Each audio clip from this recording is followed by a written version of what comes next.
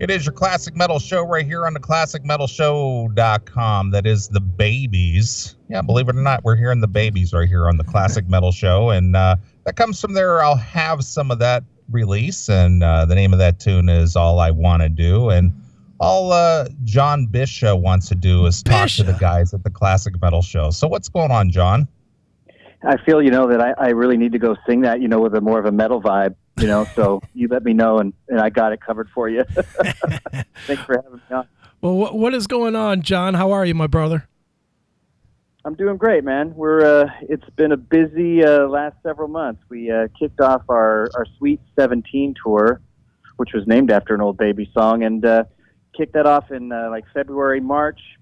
Had a really strong April, and then since May, we've been in the studio with this new record that we're getting ready to pop out probably in the next month or two. Sure. Well, before we get to that, dude, let's back up a little bit. I personally have been, I've told this story on the show before, and I've told it on Facebook and whatever, but I don't even know, I guess through Jen, your publicist, I got to know you, and I went to see the Babies last year, and went with apprehension, to be perfectly honest. I think I even told you that, at the time, is that, going to see the Babies after being away for so long just came with a lot of, what am I walking into?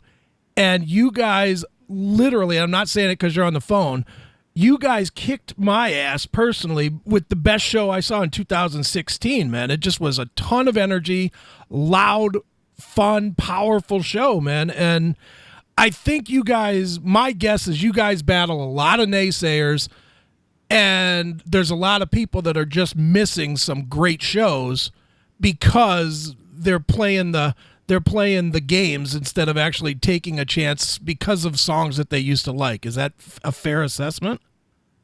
Oh, absolutely. I've coined this analogy before, other people have too, right? It's not really about the name on the back of the jersey, it's the name on the front, right? So we're all from the Babies, and we're out to do, the best thing that we can do and the best shows that we do. But I tell you what, you're really right. We bring a big energy to the 70s and 80s music, right? So it's played with a lot more energy than is befitting, folks of that age, I guess you would say, right? So there's a lot, a lot of energy that we got. We bring a lot to it. I've got more of a rock voice and a power, ballad type of a voice, which kind of brings it there. But, we've got our ace in the hole really is our babettes, right? We've got two beautiful babettes that are out there jamming and singing. I think I talked to one of your friends today, said, really? They're coming out? What do they like? I'm like, just come out to see the girls, man. It's just there. The songs are great. They beg to be played, right? We play them with 7 people on stage. And so that, I think, is where we hang our hat. We're not stripping anything down, and we're playing what the fans want to hear. So you're hearing 70s and 80s music played the shit out of it, to say it, today. And that's how we do it. We want to bring it every night. Yeah, watch the language there, John. This is a family show. Seriously, say the SHIT word. Oh my God! Easy with the language. The effing crap out of it. Right. How's that? My niece and nephew are probably listening, so I apologize back there. So anyway. Well, hopefully they weren't listening before when I was dropping all my F-bombs earlier. I think they've got a filter. Right, yeah. Nice. Well, John, keeping with that theme for a second, one of the things that, I think has maybe increased the rock sound of the band is not only yourself, but Joey as well, because he's, the two of you are more rock guys, than 70s guys. Neither of you will ever be mistaken for members of the Eagles as much as you guys are rock players, no? No, I'm with you on that. Joey would beg to differ a little bit. Joey would love to be in the Eagles. He likes that, the Americana stuff. But, our time when we came up was 80s and 90s, right? So there was a certain vibe. There was a certain, we just had a different energy, and we're still young enough to still be able to bring that energy, I think, which is really where it translates, right? So yeah, I think there is a rock side to it that really does that. And, we've added that dimension by adding Joey. There's now 2 guitars that are on stage. So back in the day, the only time anybody had a second guitar is if Jonathan Cain came out, and on a couple songs Michael Corby came out, and came out from behind the keyboards. But by and large, man, now that was Wally doing absolutely everything. So yeah, it's a much fuller sound, way bigger, and and again, the energy of what we play live. You can go to any 70s show today, 70s and 80s, and you go listen to it. You close your eyes, and wow, it sounds really, really good. And then you open your eyes and you go, okay, it sounds really, really good. There's a lot of bands out there that they sound great, but you know what? It's not the prettiest thing to see on stage. And I might be slamming some people, but I feel that hey, we've got that. And you can go ahead and open your eyes. We're going to make you get on your feet. We're going to make you enjoy yourself. It's all about that interaction with the crowd, and by and large, the crowds are up and on their feet and having a great time with it. Sure, so we're doing it. Right now, John, talk a little bit about the new record that you guys are. Where are you? Are you done with it, and you're looking to get it out, or what? I don't know really much about the record itself. So talk a little bit about the record, what you guys are doing, and when it's coming out, and et cetera, et cetera. Sure. So, we've really, thought that we needed to have something that followed up. I'll have some of that. And, that was a whirlwind, deal. We did that album in 6 weeks. So from start to finish, mixing and mastering, it was, 18-hour days, and, woo, at the end of the day, it was like, God bless, Tony and everybody else, to be able to get that thing done. It was a Herculean effort. This we've taken a little bit of time on. And so over the past few years, we really need to have a calling card, if you will, for ourselves. We've now been out, newly reformed. We've been out since 13. We had an album out in 14. So now, at the end of this year, I think it'll be 5 years for me in the band. Okay. So that's a long time, So we're really looking at, trying to kick the tires with how we're going to bring something, to the table that's got our calling card. And, and it's, while we want to work, it's a hard thing to do when you're socializing songs that were recorded in 1970, 1980. So and it's somebody else, right? So we don't want to misrepresent ourselves when somebody plays a sizzle reel or plays a song and thinking that when they're coming to a baby show that they're going to see John or Jonathan or anybody else, because it surprises me to this day how many people still will ask, is Jonathan Cain in the band? Is John Wade in the band? Is Michael Corby back? And, that's part and parcel. What are the real issues that we've been struggling with? And how do we reach the masses? So we're going to put our own stamp on this. So this new record is going to be a little bit of new and a little bit of old. So we've got a couple new songs that we're putting on it, but by and large, we're basically playing a lot of the songs off the anthology record. So pretty much all of the hits. Okay. And some deep cuts. So it's about 17 tracks in total. So it's going to be a nice mother of a record. And we've been in the studio since mid-May. So we're not done with it yet. We're in mix mode with a lot of things, but part of what you're giving me the ability to talk about in a bit lends to some fan experiences, and we're holding some things open for just that. So a lot of old stuff, which is going to be cool. But I tell you what, I'll play you some things, Chris. Okay. It's very, very cool. Very, very cool. Well, John, I know when I see the announcements for the babies out on tour, the question that always comes into the back of my mind is, will I see Bobby Blotzer on drums? That's what I want to know. Everybody's wondering if they'll ever see Bobby Blotzer on drums. Yeah. He's got his own problems to deal with right now. Sure, absolutely. Well, John, in all serious though, you're an old school guy as far as being a musician is concerned, and one of the reoccurring themes that come up here on the show, especially when we talk to veteran musicians in this day and age of, music not really having the value it used to, does it make sense to make a full record these days? For some people, probably not, right? A lot of people today, even the machines right now, they go and they go a single at a time, right? This was a unique opportunity for us to really go and put things down so that, we needed at least 5, 6, 7 songs, at least an EP to be able to go ahead and promote ourselves. There are a lot of bands that are from the 70s and 80s that are just doing the same thing. Ambrosia's doing it. There's others that have done it. But we felt, hey, while we're here, we've been playing these songs for the last 4 or 5 years, and they're pretty damn tight. So why don't we just go lay it out? You know, I actually, our rhythm tracks, Tony and myself, we laid all our stuff out, mapped it all out. We were done in 3 days, right. 17 tracks. Right. So, you know, there was a little bit to that we really knew these things backwards and forwards. It wasn't anything that was organically regrown in the studio. We did grow one of the new songs that we're putting on the record. We did really put together in 30 minutes and then laid the whole thing out, which was cool. That was fun to get one organic tune out there. But everything else, yeah, we played this stuff in our sleep. So it was really cool to be able to do that. But yeah, I think you're right. You know, we were just offered a really unique opportunity to have the studio and enough time that would allow us to be able to do a full record, and so we jumped at that opportunity. Sure, I guess if the opportunity presents itself to be able to record something and, you know, not break the bank in doing it, I guess that would be a good idea to do. But that's another thing for, you know, veteran bands that maybe aren't selling arenas but are still, you know, out on the tour circuit.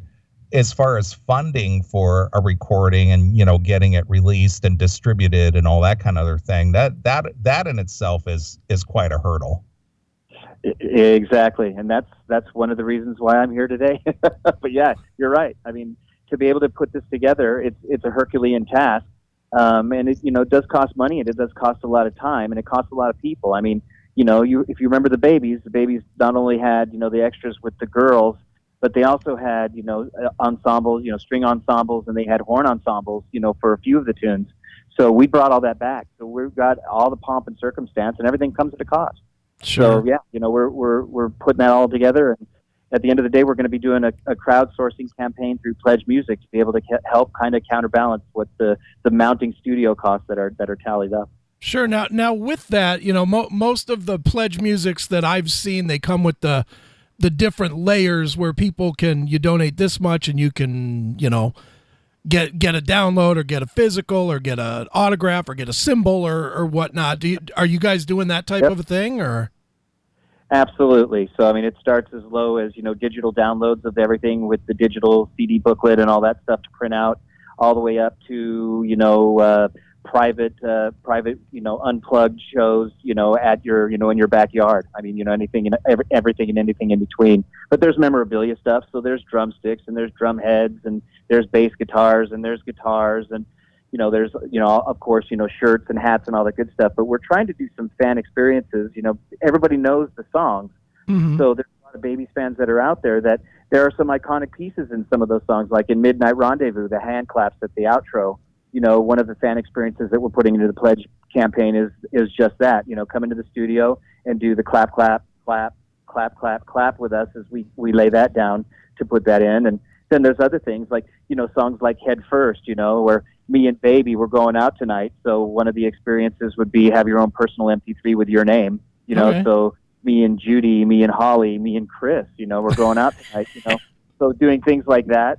All the way to having like a choir type of representation, you know, almost like a We Are the World on Back on My Feet Again. Bring everybody into the studio and soup to nuts, sing Back on My Feet Again, and, you know, it'll be your own personal, you know, MP3 with, you know, the actual recording of the song, and, you know, have at it. But we're trying to get, you know, a blend of not only merchandise and, you know, memorabilia and all that good stuff, but experiences as well. Sure. Now, John, I got to ask, and this is as somebody that has seen the band perform and somebody that watches a shit ton of YouTube, why is it that the Babies today has not taken off the way that so many other bands that have replaced a member or two have? Because the songs, I mean, there's enough hits that people definitely remember, and, you know, being perfectly honest, if you watch a video of you singing a song versus John Waite singing the songs, there's no comparison where the better sound is. So I guess what I don't personally understand, I'm not asking you to shit talk John Waite, but I don't understand why this band has not picked up more profile when the evidence is out there on YouTube that you guys sound terrific. And every review that I've seen as a fan that goes out and sees it and looks at it has been extremely positive. Yeah, I appreciate that, Chris. I don't think you'll ever really see a bad review. I don't, you know, I think we put on, you know, top, you know, notch shows. I think the problem is when the Babies left, MTV wasn't even really there yet, right? They'd just done their first music video. Like, I think it was She's My Girl, I think that they had done. So there really wasn't a video presence yet of MTV. And the people right now in this day and age, when you leave in 80, 81, you know, I joke that we had a longer nap than Rip Van Winkle, because truly that happened. But all those other bands that have retreaded, you know, and I won't call retreaded, some have reformed, some have replaced a singer. Like Kelly Hansen is a perfect person for Foreigner, right? Foreigner never really left, right? You know, Lou got sick, things happened. Everybody left in the early 90s when grunge and rap came. All of us classic rockers ceased to exist for 10 years. And then they came back in the late 90s, early 2000s. And that's when, but the Babies didn't come back then. So everybody else, Foreigner, Boston, all of them have a 10, 15-year head start on getting back together. Styx, I remember when Styx reformed after Dennis DeYoung left and they got rid of him and they got Gowan to go replace him. They were playing, you know, gymnasiums, sure, you know, and we're playing for, you know, 200 people. But that was 15 years ago. And now they're playing, you know, they're rocking out. They're on major tours, you know, and they're lifers to do it. Yeah. You know, for me, I think it's, you know, we're that one step away. Right. Just that one step away from somebody seeing it, somebody hearing about it, getting it to the right person. You know, if we ever get on the Fallon Show or the Kimmel Show where millions of people can see it, definitively right then and there you're done, you know, and that's when you can be seen by the masses. But we'll take it 500 to 10,000 people at a time at, you know, clubs and festivals. You know, at the end of the day, we're doing what we love doing. We're having a great time doing it. We'd love to be playing out more. And every year we play a little bit more. So it'll happen. But, you know, we might be 75 by then. So we will be in wheelchairs, you know, and scooters getting up on stage. Right. And dude, you're so right, too. And Neeley can attest to this. Neeley and I went and saw, it was Frampton, John Waite, and Journey on the first run with Steve Augeri singing for Journey. And we, you know, and this is Journey, who had, what they sell, 150 million records or whatever it is. And we saw them in a building that, it was like a 10,000 seat building, but they curtained off 2/3 of it, and it wasn't sold out at that. So it was maybe like 2,000 people. And that's Journey, John Waite, and Frampton. So you know, but it's the same exact story that you're saying. It's, they went away for a while. And when they came back, it takes a long time, I guess, for people to really believe that it's good, for lack of a better term, you know? Well, yeah, I think there is that. There's believe that it's good, believe that it's going to stick around. I mean, you know, we battled the first year with, well, great, you guys were gone for 35 years. You know, what makes us think that you're, you know, one show and done? You know, so we're still kicking it, you know, 4.5, 5 years into it. You know, we're not showing any signs of stopping, which is great. But yeah, that was the first hurdle we needed to fight. Then you're always fighting the John hurdle, or you know, or people don't really, you know, it's really odd that they've been gone so long that all you need to hear is just the song, and it brings you right back, and you go, shoot, I didn't remember the Babies did that. You know, you either know Babies, Wait, or you know the songs, and more people we find know the songs. I mean, there's, you know, these songs are played still, 70s on 7, you know, 80s on 8, classic rewind. I'll hear 2, 3, 4 times a week a Babies tune, which is just amazing. You know, and occasionally you'll hear one of the DJs say, "Hey, they're back." You know, but you know, we need more people to do that. So appreciate the forum. And why doesn't John just die off already? Just give you a fair shot at it. Jesus Christ. Hey, you know, we're holding our own. He's got his, you know, he can do his thing. We'll do ours. You know, we have a good time with it. You know, I don't think either of us will say that, you know, I'm not here to bash John Waite. I love John Waite. That's why I love the Babies. I was a big fan of John Waite. I'm still a big fan of John. You know, so, you know, we'll always continue to say the right things, but secretly, yeah, we want to make sure that, you know, we're all doing okay.